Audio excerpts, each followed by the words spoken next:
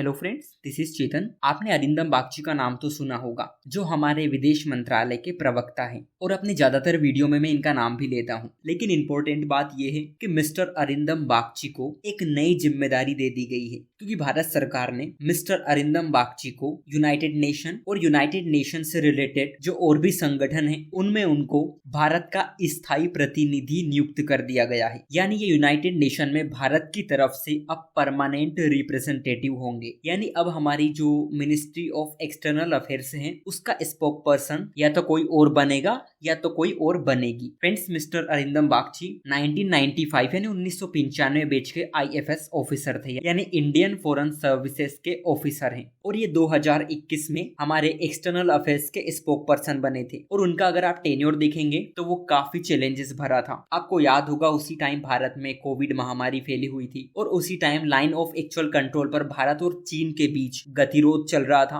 इसके अलावा आप इनके रिसेंट एग्जांपल आप और देख सकते हैं, जैसे कि अभी भारत ने G20 की अध्यक्षता की थी, तब उनकी रिस्पॉन्सिबिलिटी और ज्यादा बढ़ गई थी क्योंकि दुनिया भर के मेहमान भारत में आए थे। और अभी भारत और कनाडा के बीच जो चल रहा था उसमें मिस्टर अरिंदम बागची ने भारत का जो पक्ष है, भारत का जो स्टैंड है, उसे काफी मजबूती से रखा, क्योंकि जो विदेश मंत्रालय के प्रवक्ता होते हैं उनकी जिम्मेदारी बहुत ज्यादा बढ़ जाती है। लेकिन आपके मन में क्वेश्चन ये रेज हो रहा होगा कि अब इनकी जगह कौन लेगा। फ्रेंड्स, अगर आप न्यूज देखोगे तो विदेश मंत्रालय के प्रवक्ता के पद के लिए नागराज रायडू ककानूर और नंदिनी सिंगला सहित और भी डिप्लोमेट्स के नाम पर विचार किया जा रहा है।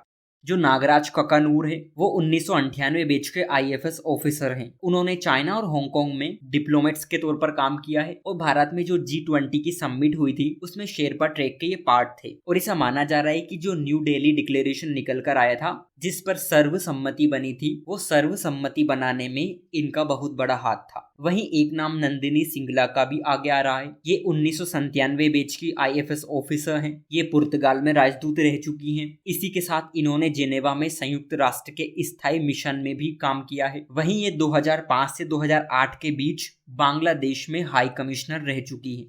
Thank you.